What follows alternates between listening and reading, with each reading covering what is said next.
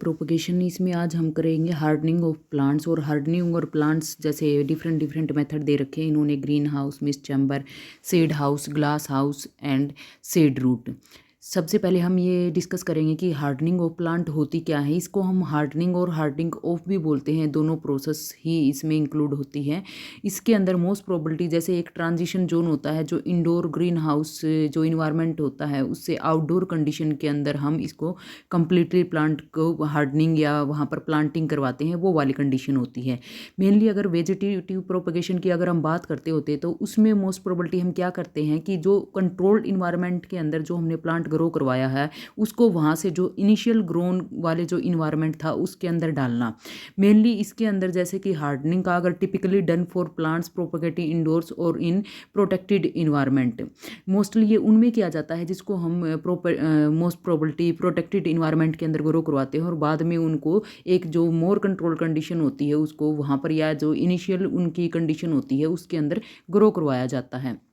Procedure क्या रहता है इसके अंदर हार्डनिंग का? सबसे पहले उसको gradual exposure to outdoor condition, सबसे पहले उसको धीरे धीरे एक्सपोजर करवाया जाता है बाहर का इन्वायरमेंट के बेसिस पर जिसके अंदर हमें उसको ग्रो करवाना है। सबसे पहले उसको फ्यू हावर्स से स्टार्ट करते हैं हम और उसके बाद ये ड्यूरेशन इंक्रीज होता हुआ जाता है, फिर डेज में एंड फिर वहाँ पर वीक के अकॉर्डिंग वहाँ पर हम उसको एक्सपोजर देते हैं। कंट्रोल्ड इन्वायरमेंट एडजस्टमेंट, इसके अंदर हमें उसके अंदर कम्प्लीटली जो वाटरिंग वाला सिस्टम होता है उसको हम थोड़ा कम कर देते हैं ताकि जो प्लांट होता है उसकी रूट वहाँ से वेल डेवलपमेंट रोड कंडीशन के बेसिस पर अपने आप को डेवलप कर सके। और थोड़ा इसके बेसिस पर जैसे कि जो टेम्परेचर वगैरह होता है आउटडोर इंडोर का उसके बेसिस पर भी हम कंट्रोल करवाते होते हैं इसके अंदर, या इन्वायरमेंट को एडजस्ट करवाते हैं। प्रोटेक्शन फ्रॉम एक्सट्रीम कंडीशन, यहाँ पर हम एक्सट्रीम कंडीशन जैसे कि यहाँ पर फ्रोस्ट हैवी रेन हो गया, या हमें ये पता है कि वहाँ पर अगर हम हार्डनिंग करवाएंगे तो कंडीशन ऐसी हो सकती है इन्वायरमेंट की, तो उससे हम कवर करके इंडोर के अंदर दे करके ही इन्वायरमेंट को कंप्लीटली उससे प्रोटेक्शन करवा सकते हैं। नेक्स्ट है इसके अंदर increase air circulation. Air circulation के अंदर हम मोस्ट प्रोबेबिलिटी क्या देते हैं, थोड़ा जेंटली इन्वायरमेंट देते हैं उसको, पहले से ही थोड़ा एयर का मूवमेंट करवाते होते हैं इसके अंदर ताकि जो उसकी प्रमोशन हो जाए स्टेम और रूट के अंदर और भी ज़्यादा प्रमोट और स्ट्रॉन्गर ग्रोथ होने के लिए। ऑब्जर्वेशन एंड एडजस्टमेंट, इसके लिए हम मोस्ट प्रोबेबिलिटी क्या करते हैं कि उसके अंदर धीरे धीरे जैसे हम हार्डनिंग करवाने वाले होते हैं तो उसके अंदर ये देखते हैं कि उसके ऊपर स्ट्रेस का कोई साइन न दिखाई दे, विल्टिंग न दिखाई दे, लीव्स के अंदर येलोइंग न कंडीशन दिखाई दे। अगर ये वाली कंडीशन है तो पहले हम प्रॉपर उसका ट्रीटमेंट देते हैं, फिर बाद में हार्डनिंग करवाते हैं। ट्रांसप्लांटेशन, इसके अंदर क्या होता है मोस्ट प्रोबेबिलिटी हम यहाँ पर अगर ट्रांसप्लांट करवा चुके होते हैं तो most probability final growth location के ऊपर फिर उसके बाद में उसको केयरफुली हैंडल किया जाता है और मिनिमाइज डैमेज को देखने के लिए जैसे कि रूट के अंदर है, फोलिएज के अंदर है, उनको प्रॉपर केयर दी जाती है ताकि वहाँ पर उनकी ग्रोथ और डेवलपमेंट के अंदर कोई भी प्रॉब्लम क्रिएट न हो। सबसे पहले हम करेंगे इसके अंदर ग्रीन हाउस का। ग्रीन हाउस एक स्ट्रक्चर है जो डिज़ाइन की जाती है कल्टीवेशन के लिए और प्लांट की प्रोटेक्शन के लिए, जैसे इमेजेस के अंदर दिखाया गया है। इसके अंदर मोस्ट प्रोबेबिलिटी जो शॉर्ट वेवलेंथ आती है सन की रेज से, वो मोस्ट प्रोबेबिलिटी क्या करती हैं, जो ग्रीन हाउस गैसेज की कवरिंग होती है, ग्लास होता है, उनको वहाँ पर कम्प्लीटली ट्रांसपेरेंट होता है उनके लिए, कम्प्लीटली वो वहाँ से एंटर कर जाती है। और उसके एंटर करने के बाद जो मोस्ट प्रोबेबिलिटी इंफ्रारेड रेडिएशन होती है वो सोइल से इतना ट्रैप हो जाती है कि वो वहाँ से बाहर नहीं जाने पाती है। और इसी वजह से मोस्ट प्रोबेबिलिटी उसके अंदर क्या होता है, इन्वायरमेंट थोड़ा वार्म रहता है, या फिर हम कह सकते हैं कि उसके अंदर कंट्रोल्ड इन्वायरमेंट रहता है जो एक माइक्रो क्लाइमेट क्रिएट कर देता है और जो क्रॉप के प्रोडक्शन के लिए यहाँ पर थोड़ा बेटर होता है और part of the year as required वो वहाँ पर उसको कंडीशन रिक्वायरमेंट देता होता है प्लांट की जो प्रॉपर हमें जिसकी ग्रोथ करवानी होती है उसके अंदर।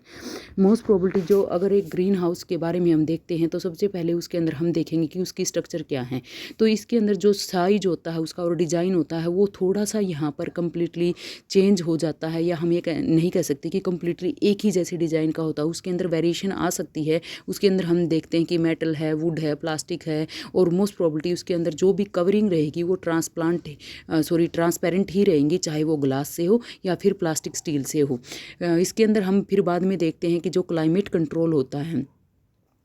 इसके अंदर ग्रीन हाउस के अंदर मोस्ट प्रोबेबिलिटी कंट्रोल्ड इन्वायरमेंट ही दिया जाता है, जैसे कि टेम्परेचर हो गया, ह्यूमिडिटी हो गई, लाइट का लेवल हो गया, वेंटिलेशन होगा, ये सारी चीज़ें मेंटेन की जा सकती हैं, जैसे फैंस के बेसिस पर, हीटर के बेसिस पर, इवेपोरेटिंग कूलिंग सिस्टम के बेसिस पर, शेड क्लॉथ के बेसिस पर, ऑटोमेटिक क्लाइम कंट्रोल सिस्टम हम वहाँ पर क्रिएट कर देते हैं। प्लांट का प्रोपेगेशन, इसके अंदर मोस्ट प्रोबेबिलिटी सीड का, रूटिंग का, कटिंग का, इसके थ्रू हम वेजिटेटिव मेथड के थ्रू भी प्लांट को ग्रो करवा सकते हैं। क्रॉप प्रोडक्शन, इसके अंदर मोस्ट प्रोबेबिलिटी जो ग्रोविंग सीजन होता है वही नहीं, उसके अलावा भी हम प्लांट का वहाँ पर ग्रोथ ईजिली करवा सकते हैं। एक सर्टेन टाइम्स के अंदर, ईयर के अंदर हम वहाँ पर कम्प्लीटली किसी भी प्लांट को ग्रोथ करवा सकते हैं, क्योंकि यहाँ वाले रीजन के अंदर जो एक्सेसिव हीट कह सकते हो आप, या पेस्ट कह सकते हो, डिजीज हो सकते हैं, इनसे प्रिवेंशन करके एक बेटर क्वालिटी को प्रोड्यूस किया जाता है। Research and experimentation, green house इनके अंदर एक वैल्यूएबल अपना रोल प्ले करता है, कि जैसे कि जो भी एक्सपेरिमेंट कंडक्ट किए जाते हैं, ब्रीडिंग प्रोग्राम जो होते हैं कंट्रोल इन्वायरमेंट के अंदर किए जाते हैं, जो साइंटिस्ट और रिसर्च स्कॉलर्स होते हैं उनके लिए बेटर इक्विपमेंट की तरह वर्क करता है, जिसके बेसिस पे हम किसी भी इन्वायरमेंट के अंदर हम, या एक स्पेसिफिक इन्वायरमेंट इसके अंदर होता है, कोई भी सीजनल प्लांट इसके अंदर, या जो उस टाइम नहीं हो सकता, नॉर्मल इन्वायरमेंट के अंदर प्लांटेशन नहीं हो सकता, सॉरी उसके अंदर ग्रोथ नहीं हो सकती, तो हम उसको ईजिली यहाँ पर ग्रो करवा सकते हैं और उनको हम ईजिली डाटा उनका कलेक्शन कर सकते हैं। कॉमर्शियल प्रोडक्शन के बेसिस पे भी ग्रीन हाउस बहुत ज़्यादा बेटर रहता है, जैसे इसके अंदर वेजिटेबल हो गए, फ्लावर हो गए, हर्ब्स हो गए, ऑर्नामेंटल प्लांट हो गए, इन प्लांट को स्पेशली ग्रो करवाया जाता है और उनकी प्रोडक्टिविटी जो होती है एक हायर क्वालिटी के बेसिस पर और प्रोडक्टिव इंक्रीज हो जाती है और वहाँ पर एक अच्छी ईल्ड का भी वहाँ पर अच्छे से अवेलेबल हो जाती है या फिर इंक्रीमेंट होता है। इन्वायरमेंटल सस्टेनेबिलिटी, इसके अंदर मोस्ट प्रोबेबिलिटी क्या किया जाता है, सस्टेनेबल प्रैक्टिस जो होती है, जैसे कि मोस्ट प्रोबेबिलिटी उनको भी इंक्लूड किया जाता है, जैसे कि रेन वाटर हार्वेस्टिंग सिस्टम हो गया, सोलर एनर्जी यूटिलाइजेशन हो गया, इंटीग्रेटेड पेस्ट मैनेजमेंट हो गया, या फिर एक प्रॉपर वे से जैसे कि वाटर और फर्टिलाइजर एनर्जी हो गई, इनको एक प्रॉपर वे से वहाँ पर यूटिलाइज किया जाता है। एडवांटेजेज ऑफ ग्रीन हाउस, इसके अंदर जैसे कि एक्सटेंडेड ग्रोविंग सीजन हो गया, मोस्ट प्रोबेबिलिटी जैसे जो प्लांट होते हैं कंट्रोल इन्वायरमेंट के अंदर ग्रो करते हैं, तो इसके अंदर हम इन्वायरमेंट को अच्छे से कंट्रोलर वे से रिप्रेजेंट करते हैं, तो वहाँ पर ईजिली जो उस सीजन के अंदर नहीं हो सकते हैं उन प्लांट को भी हम ईजिली ग्रो करवा सकते हैं। इंक्रीज क्रॉप यील्ड, इसके अंदर मोस्ट प्रोबेबिलिटी एक कंट्रोल इन्वायरमेंटल कंडीशन देंगे जो कि रिक्वायरमेंट है प्लांट की, जैसे कि टेम्परेचर हो गया, ह्यूमिडिटी हो गया, लाइट हो गया, तो यहाँ पर उसके बेसिस पर ओब्वियसली अगर प्लांट को सारी प्रॉपर चीज़ें देते हैं तो उसके अंदर उसकी क्रॉप की यील्ड भी वहाँ पर मैक्सिमाइज कंडीशन के अंदर ही निकलती है। Protection from paste and disease, इसके अंदर ग्रीन हाउस एक बैरियर की तरह वर्क करता है पेस्ट और डिजीज़ के लिए, और इसलिए उनके अंदर और ज़्यादा यील्ड की प्रोडक्शन होती है। वाटर कंजर्वेशन, इसके अंदर मोस्ट प्रोबेबिलिटी इसी तरीके से इरिगेशन सिस्टम को डिफाइन किया जाता है या मैनेज किया जाता है, जिसके अंदर कम से कम वाटर का हम यूज करके मैक्सिमम यील्ड वहाँ से गेन कर सकते हैं। प्रोटेक्शन फ्रॉम एक्सट्रीम वेदर, जैसे कि यहाँ पर हैवी रेन हो गया, हेल स्ट्रॉम हो गई, एक्सेसिव वाइंड हो गई, इसके बेसिस पे क्या होता है कि क्योंकि ग्रीन हाउस अपने आप में एक हाउस की ही तरह होता है जो कम्प्लीटली बाहर के एक्सटर्नल इन्वायरमेंट से प्लांट को बचा करके रखता है। वर्सैलिटी,